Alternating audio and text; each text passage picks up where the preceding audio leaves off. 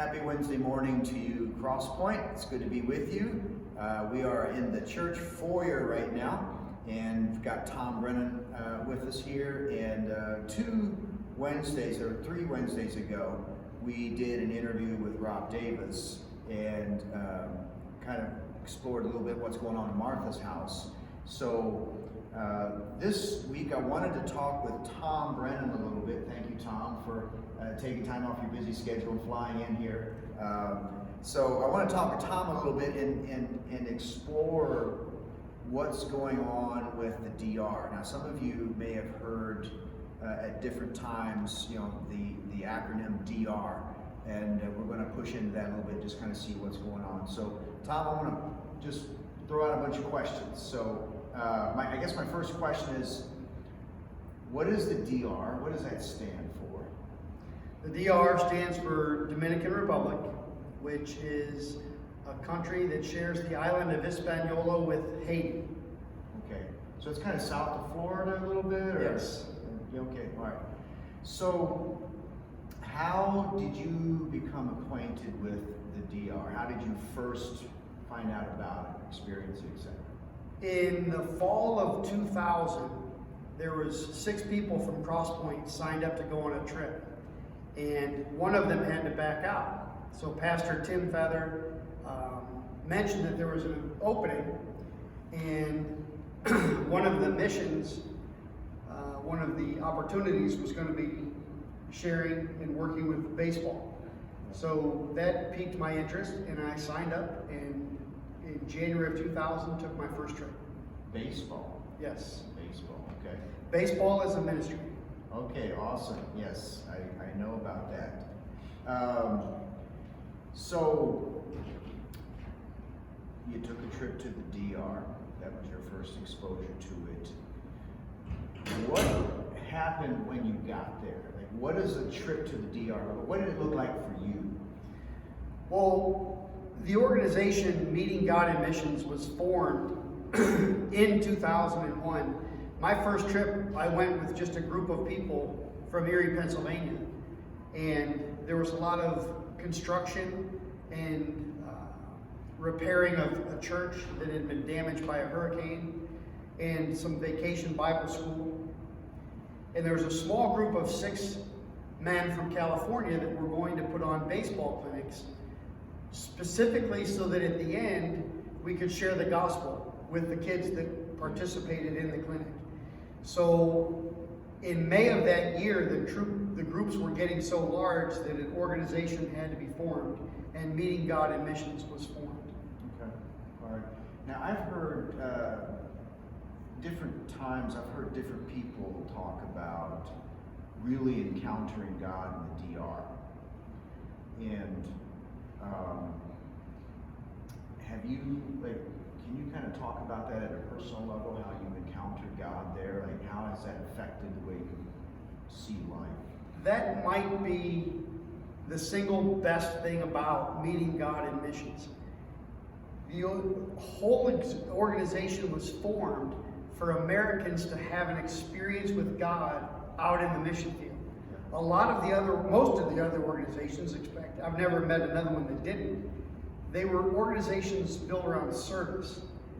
Meeting God in Missions wants to take Americans out of their comfort zone to the Dominican Republic to actually hear from God. And it's been a life-changing experience for many, many people over the years. It was for me. When I got down there, I went with a heart to serve others. And about 2 days in, I realized that God brought me to the Dominican to change my life with Him. He wanted a lot more out of our relationship than I'd been giving Him to that point. Now that's kind of interesting the way you phrase it. Can you kind of unpack that a little bit more? Like, He wanted more out of me than what I had been giving. Well, listen, we were about 5 years in to our membership at Crosspoint. We never missed a Sunday. Jackie was very active in the Wednesday night Team Kid program, and there was a lot of great things happening, and our kids were growing up in the church. But my personal walk didn't extend much beyond Sundays, Wednesdays, and occasionally reading the Bible. And after morning devotions in the Dominican Republic with Jim McDonald, I realized just how valuable and important that part of your day is if you're walking with the Lord. Wow. That's really good. And is this kind of, okay, now you mentioned, when we get back to kind of what you do, you mentioned service. Are the Americans or the MGM, is there like, there's preaching, they're actually preaching to the kids, there's a sharing of the gospel? Yes, the various ministries that go out, Vacation Bible School, there's a prayer walk and evangelism, eyeglass, construction, and baseball. At some point in time in all of those ministries, there is a sharing of the gospel. For me, it's been at the baseball clinic. At the conclusion of the clinic, we'll gather all the children around and we'll share with them what it means to have a relationship with Christ. The goal of all of these young men is to make it to the major leagues.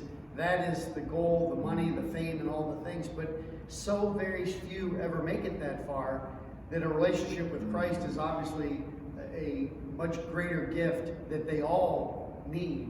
And it's a pleasure for us to get that opportunity to share that with them.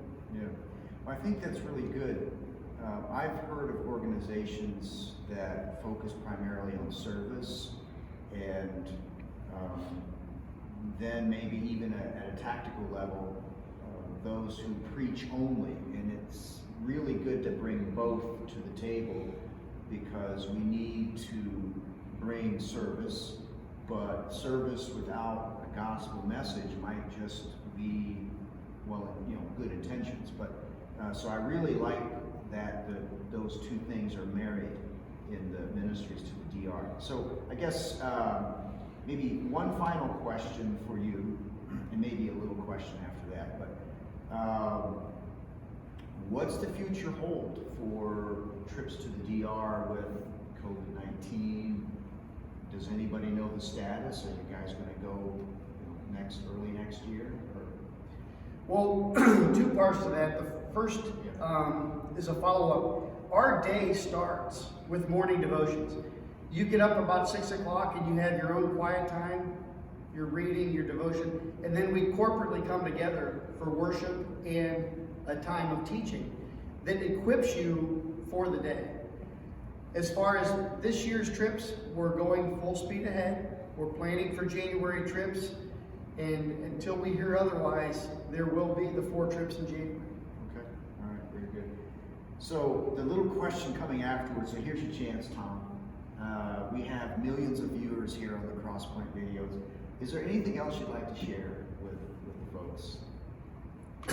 One of the most common things that I've heard in many, many years is, I've always thought I could go, but I don't know what I would do or how I could serve.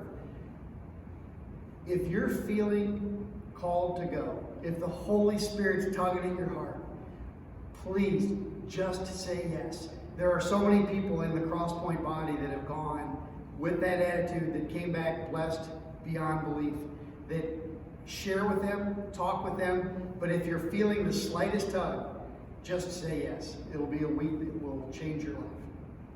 All right, folks, there you have it. Thank you very much, Tom. Appreciate your time and your testimony. Hey, we will see you, Lord willing, next Sunday. Thank you. Love you bunches. Goodbye.